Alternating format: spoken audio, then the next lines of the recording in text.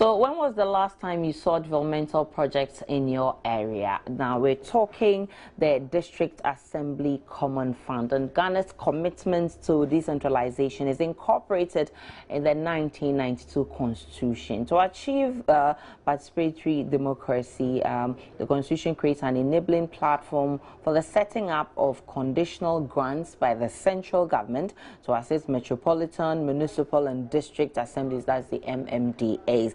But since the establishment of the District Assemblies Common Fund in 1993, funds have been disbursed to the assemblies. These funds are aimed at promoting local level development. But over the years, we've heard that the District Assembly Common Fund has not been used for its intended purposes. Probably they've been having challenges because a lot of their projects are also not completed. And so Send Ghana took the mantle and decided to do a report of findings into why the District Assembly Common Funds are not functioning well. And so on my banner this morning, we'll be exploring those issues. And I have with me in the studio Clara Osei-Boateng, and she is with her colleague Rachel Jaban. They're all from Send Ghana. They'll be helping me understand what the findings of their report is talking about and what recommendations they've had in those findings. Good morning, ladies, and thanks for joining me. Your report talks about the District Assembly Common Fund. First of all, briefly tell me what's the objective of your findings or this report? First of all, let me give you a bit information about Send Ghana. I'm sure Send Ghana has now become a household name when you mention social accountability in Ghana. Precisely, we've been working to promote local level development, support citizens to get involved in the development process. So basically what we've done with the District Assembly Common Fund over the years is that we've been monitoring its implementation and utilization. And this started in 2010. Initially, we looked at compliance with the utilization guideline, which is provided for municipals and metropolitans and district assemblies in Ghana. And then we also focused on the 2%, which is set aside for persons with disability. So for this fourth round, this is our fourth round monitoring, what we wanted to look at is to see how the fund is utilized for local development. And so this is what this research focused on. The purpose, obviously, is to contribute to improved use of the resources for local development in Ghana, which is what the act or the fund was established to do. And what criteria did you use for this finding, and what revelations did you have in these in the report? Basically, Send operates in 4 regions in Ghana. We are in Greater Accra, we are in the 3 northern regions. And so this is where consistently we've done our monitoring. So for consistency's sake, we focused on these 4 regions, especially so that when we talk about poverty indices in Ghana, the 3 northern regions are highest. For some time, Greater Accra, urban poverty was also increasing. So these were the reasons why we focused on these 4 regions. And so we did a random selection of 28 municipals, metropolitans, and district assemblies for the research. Rachel, you want to add more? Yes, and we, for the methodology, we also had focus group discussions in 28 communities, which was also selected randomly from the districts that the research was done in. And we selected particular people because you can't just go into a community and interview them. You may want people who have prior knowledge about the District Assembly Common Fund. So we had opinion leaders, assembly members, some teachers and health workers, youth members also being part of this focus group discussion. So in all, 255 committee members were interviewed to get their perspective on what the District Assembly Common Fund was. So we looked at the planned and implemented projects from 2010 to 2013. And we also looked at the benefits from the District Assembly Common Fund project. And we also looked at how these benefits were distributed.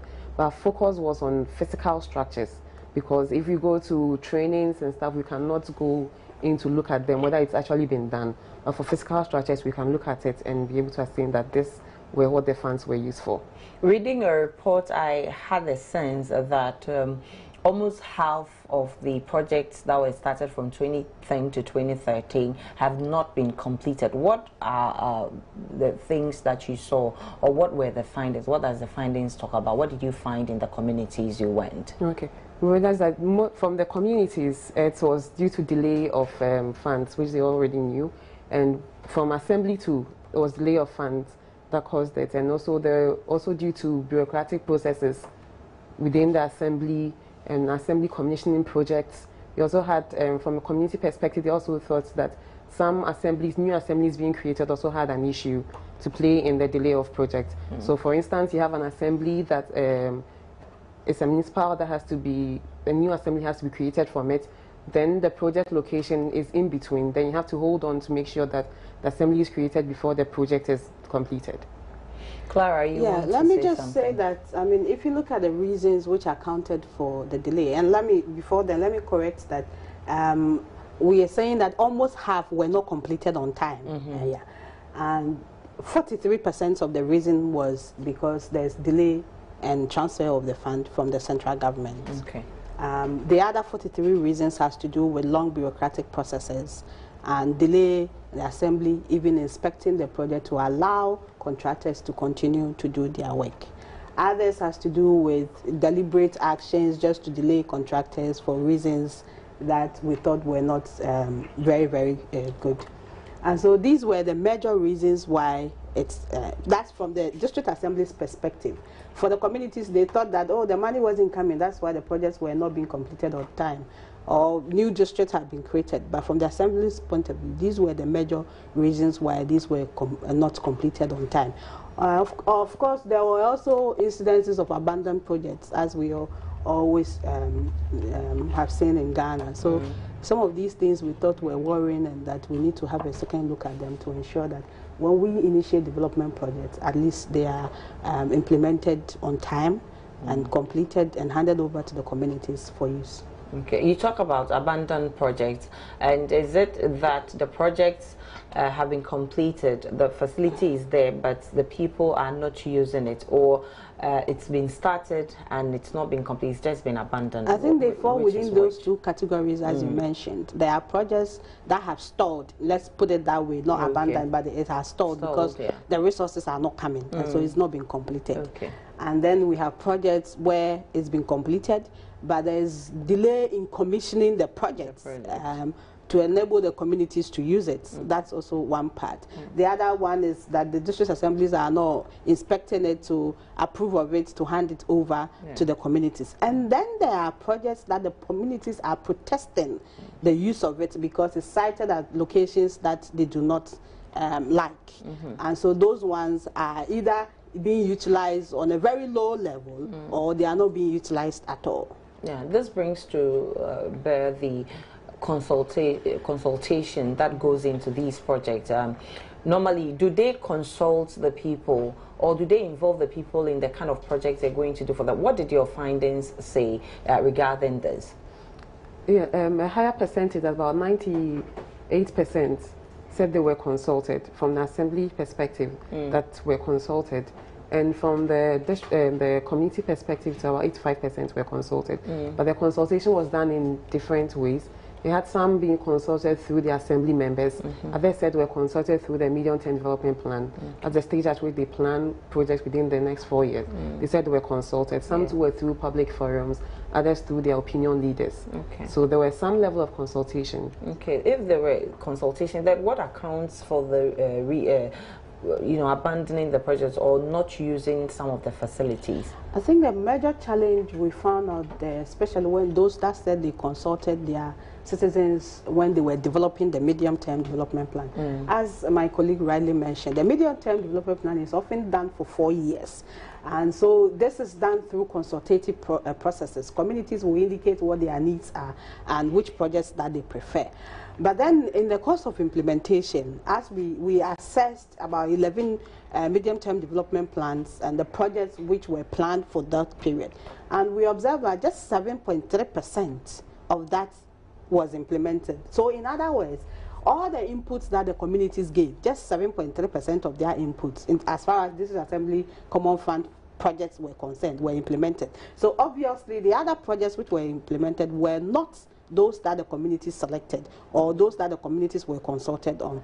And a number of reasons account for this. The assemblies explained that in most cases the resources are inadequate, and also the delay, as we've mentioned over and over again, and therefore they are not able to execute the medium-term development plan to its logical conclusion, implement every project that is in it.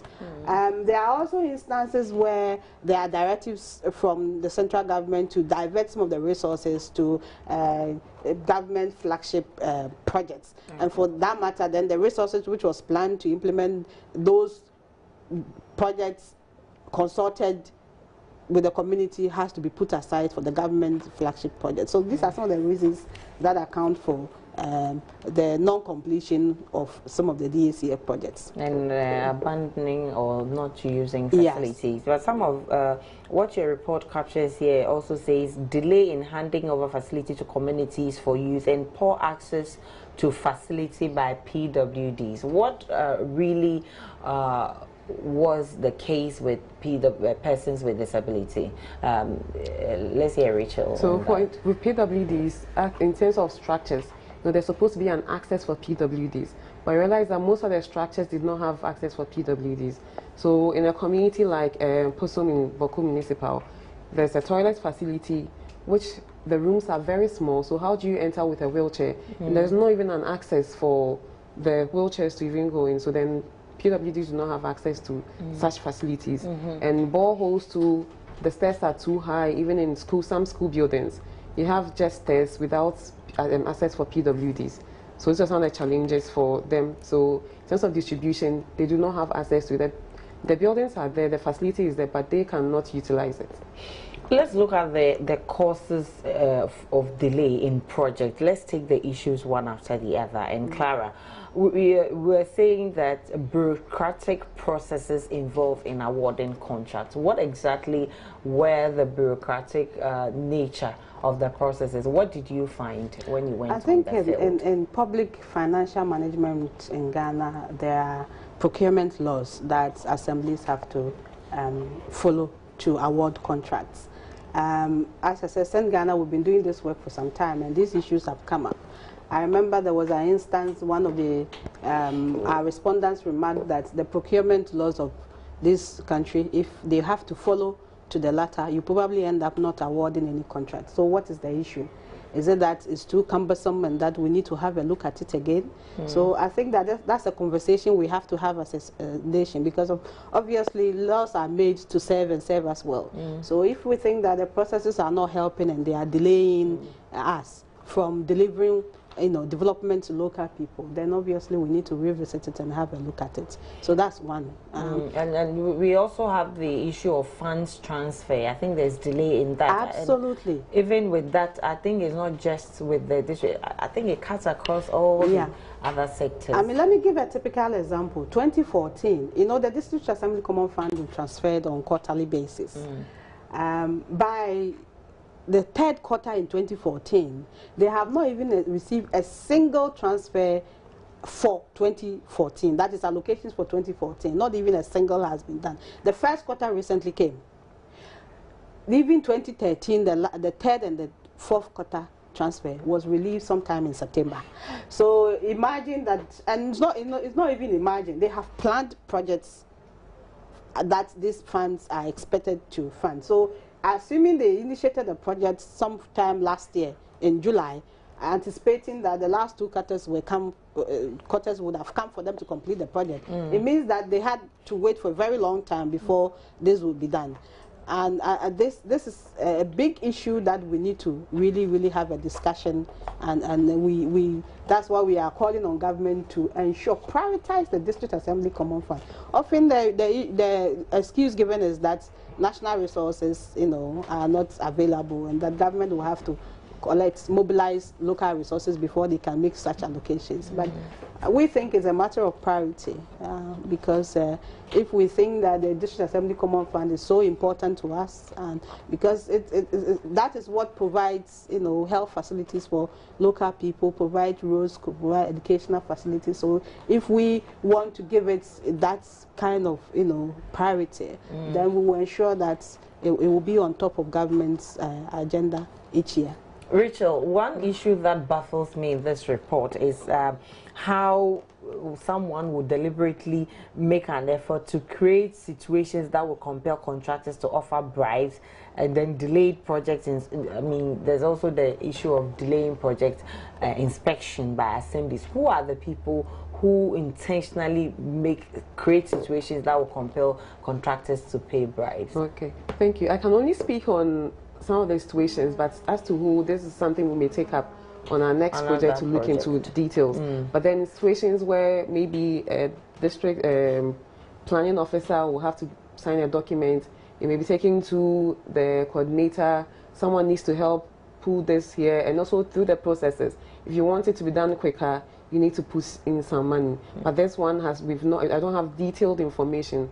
So one of the things that we may take on and look into it and find out what and who and how these processes are happening. Yeah. But Clara, should that be the case? Well, of course it shouldn't be, but I think it's in Ghana, if we are being honest, it's become parts of public service delivery. If you are a contractor, for instance, you take your document there, somebody has to sign. Go and come back.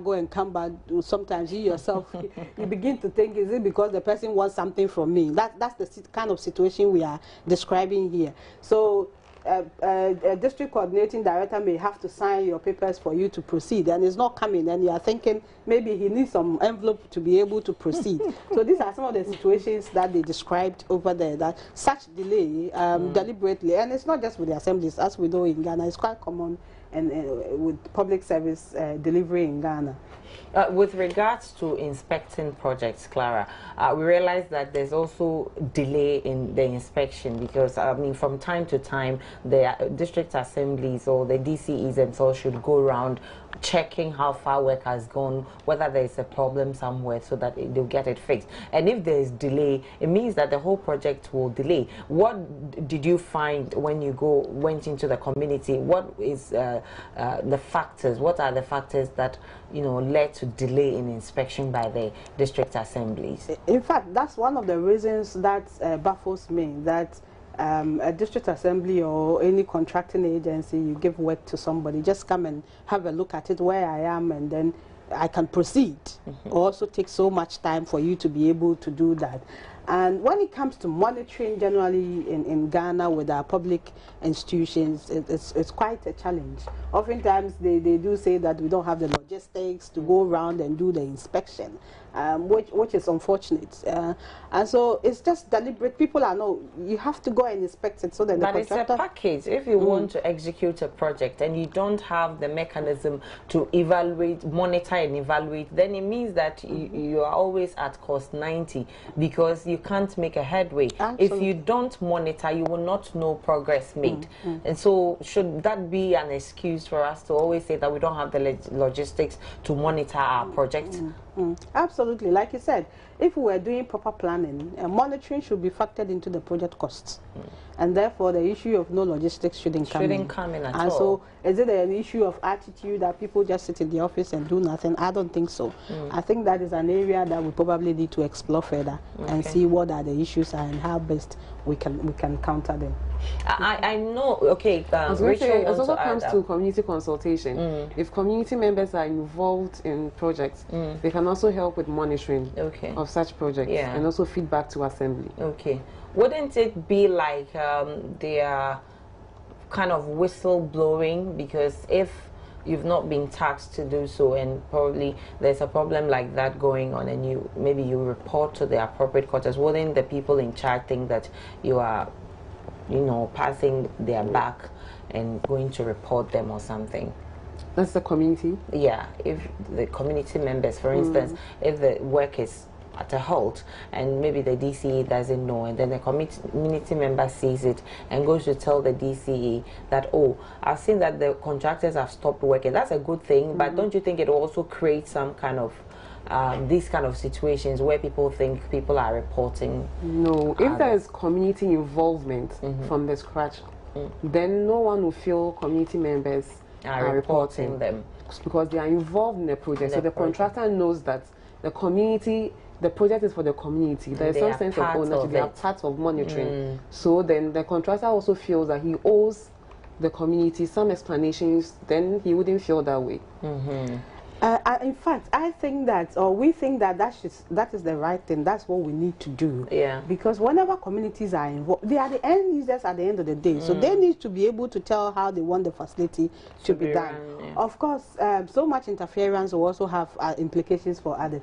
But we had typical example sometime 2013 on one of our projects when we visited the Takwa Insuan Municipal Assembly. There were 2 projects that were done by the Municipal Assembly. One of them, the community did not even know the contractor. The contractor just came, put the structure there, and then finished, gone. And then the other community, the chief was involved. Some of the opinion leaders, the assembly member, they are aware. They were introduced to the contractor. They monitored. They helped the contractor. Even gave him a safe place to keep his logistics. When we look at the 2 projects, there was value for money in the project which involved citizens than the other one which didn't. The one which didn't involve the citizens, it was a new school building that was awaiting commissioning.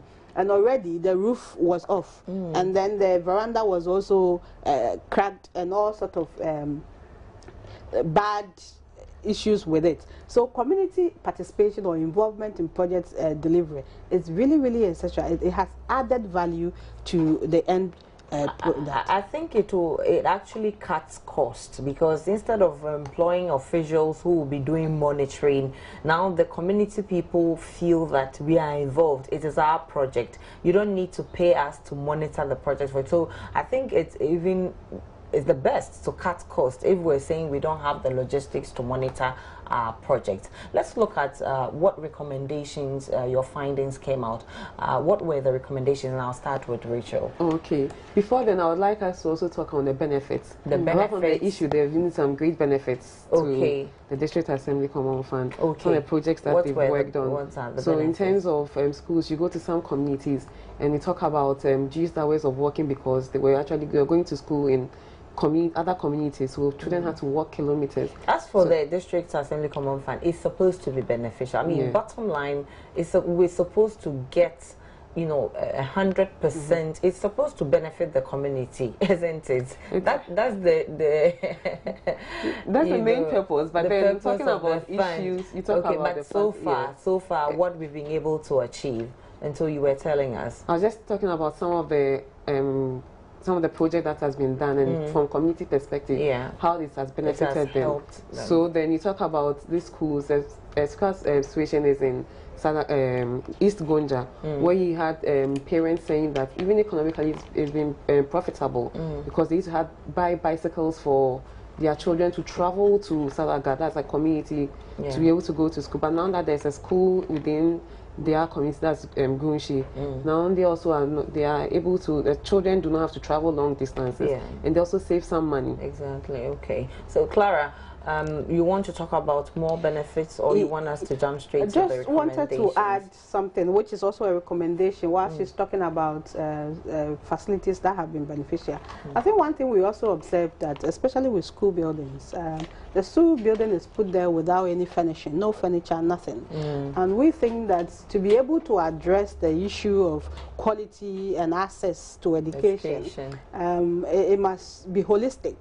And so if they don't have school building and you put in up a school building, you should include furnishing, give them furniture. Exactly. In some situations, they will not stand in the classrooms they will not stand in the classrooms to learn. So they should include all those things. In some situations, you find the children a nice school building that they have to sit on the floor and learn, and which does not promote quality. It doesn't give them the conducive environment to learn. That's it. I think I'm imagining a community where this District Assembly Common Fund is being utilized, you know, to its fullest purpose.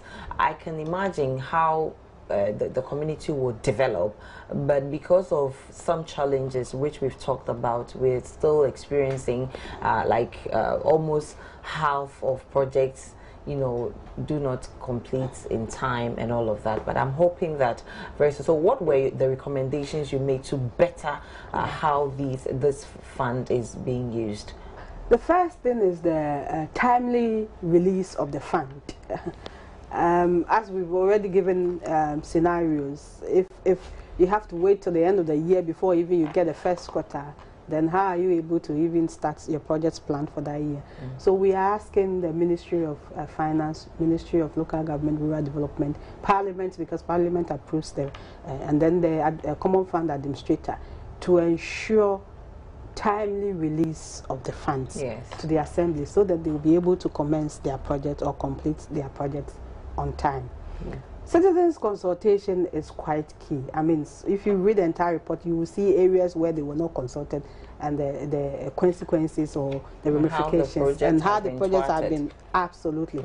So we are asking that MMDAs should involve citizens at every stage of their process, the planning, implementation, monitoring. And like you said, it saves them a lot of money or resources.